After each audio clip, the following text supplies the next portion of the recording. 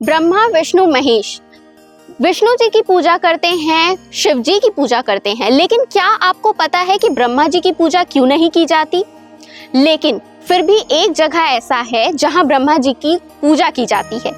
वो जगह है राजस्थान का पुष्कर। अब आपको बताती हूँ इसके पीछे की कहानी कि आखिर क्यों ब्रह्मा जी को सिर्फ पुष्कर में पूजा जाता है।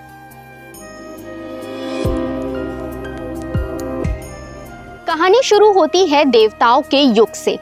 पुष्कर वही स्थान है जहां ब्रह्मा ने यज्ञ किया था।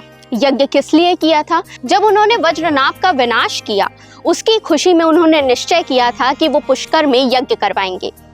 लेकिन यज्ञ के दौरान उनको बैठना था अपनी पत्नी सावित्री के साथ, परंतु वो आ नहीं रही थी और समय बीतते जा रहा था, मुहूर्त निकलते जा रहा था। फिर उन्होंने अपने साथ पूजा में बैठाया माता गायत्री को, और ये देखकर माता सावित्री बहुत क्रोधित हुई और उन्होंने ब्रह्मा को श्राप दे दिया कि अब से तुम्हारी कहीं भी पूजा नहीं की जाएगी।